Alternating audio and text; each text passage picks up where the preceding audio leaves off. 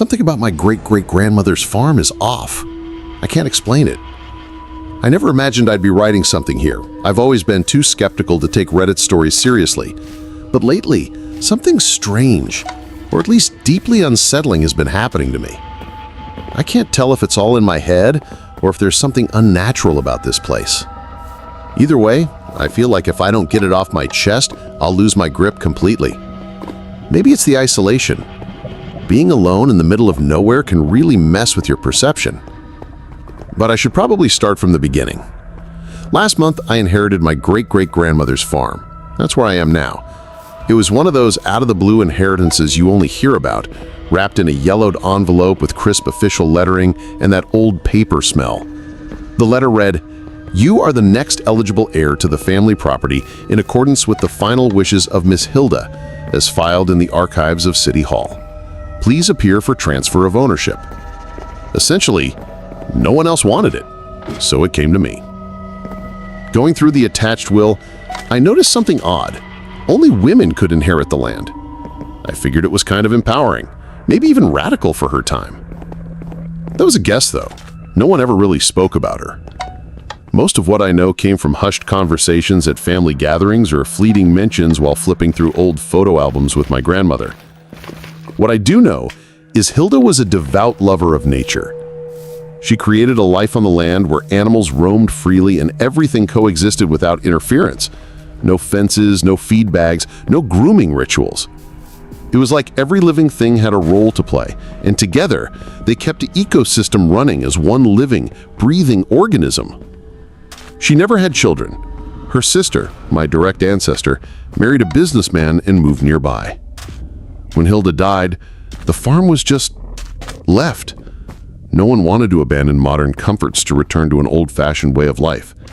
The property remained untouched, like a paused memory. I mean, seriously, modern life, entertainment, heated water, food delivery, no one in our family was willing to trade that for chickens and dirt. Truthfully, I only took the deal because my financial situation had collapsed. I owed everyone, even the corner pharmacy. The inheritance felt like my last shot at stability. And maybe in some strange way, a chance to rediscover myself.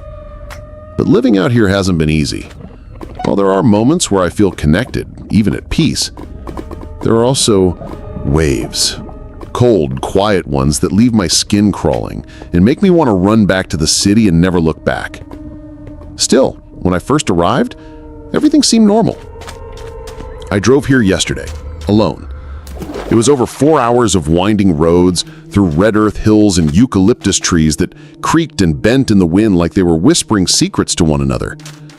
When I finally reached the gates, I was hit by a thick, heavy air. The moment I stepped through those moss-draped iron bars, it felt like entering a world lost in time. The landscape was vibrant, alive, too alive.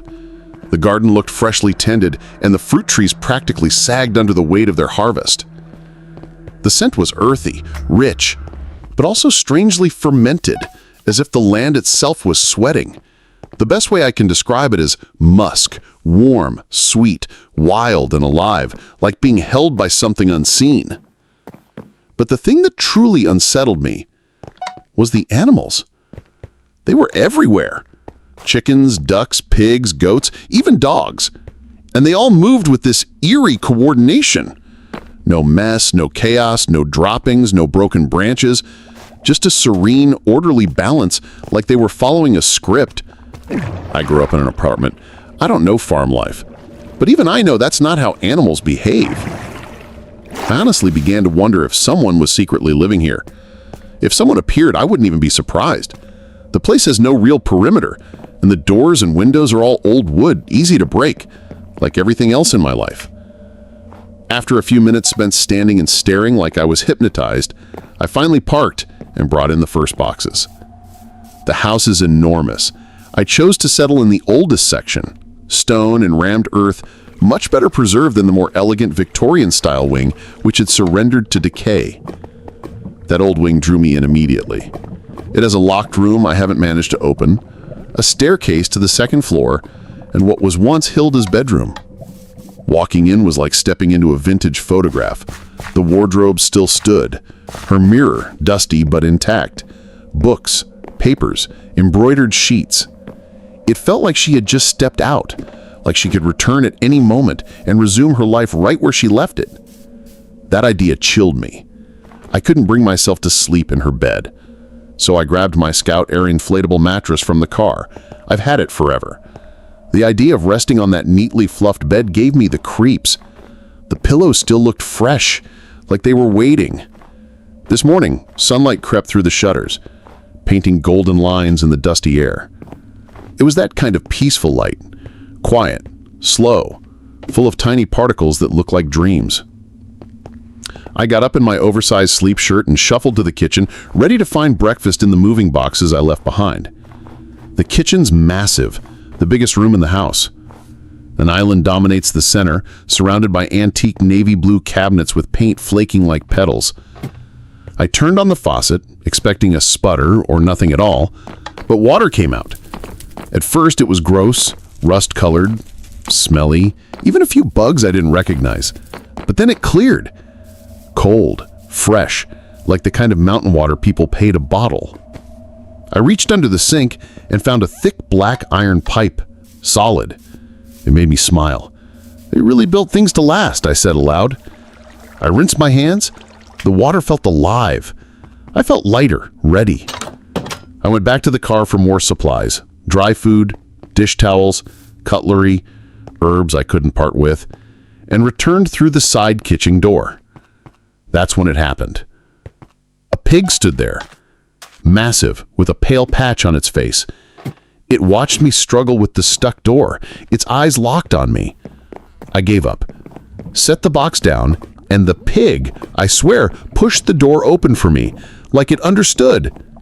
Then it walked away. I know pigs are smart, but this was different, purposeful. I blocked the door open with a stone and brought in the rest. Then I made a sandwich and watched the yard through the kitchen window. Sunlight passed through a worn curtain. The patterns on the lace were soft and delicate. Shadows danced on the counter like gentle ghosts. Then I noticed the spiders. Tiny, brown, and many. From a distance they looked like flecks of dust, but they moved, and not randomly, with intent. They were building a web, not just any web. It mimicked the curtain's embroidery. It matched perfectly. I wanted to take a photo, but it felt wrong, like it would break some rule. As I turned back to the window, I froze. Geese, at least 7 of them, stood near the hedges, unmoving, staring directly at me, silent. It didn't feel like curiosity. It felt like assessment. Then suddenly they turned and waddled off as if nothing had happened. I laughed nervously, but something in me stayed uneasy. I closed the curtains carefully, left the spiders be. The rest of the day passed in quiet motion. I cleaned, rearranged, opened stuck windows, scrubbed floors, tried to remove mold. I'll need stronger chemicals. In Hilda's room, I opened blinds and drawers. Everything was untouched. Handkerchiefs, bottles of perfume. Her presence lingers. That night, I set up my little stove and heated water for a bath. Still no mirror in the bathroom. Odd. Dinner was pasta. I watched a film, then settled into my inflatable bed. I found an old herb list in the drawer. While reading, I got up to close the curtain and felt it. A chill at my nape. The kind of silence that isn't empty. The kind that waits. Through the window, I saw him. The pig, at the edge of the tree line, still, watching, and not like an animal, but with focus, analyzing me. I stepped back, shut the curtain, waited. Nothing. No sound, no movement. But his stare, it's still with me. That glint in his eyes. Knowing. Patient. I'm not sure I'll sleep tonight. Maybe I'm imagining things. Maybe it's just the wild. But part of me wonders if I'm the one being kept here. And maybe this farm remembers more than it lets on.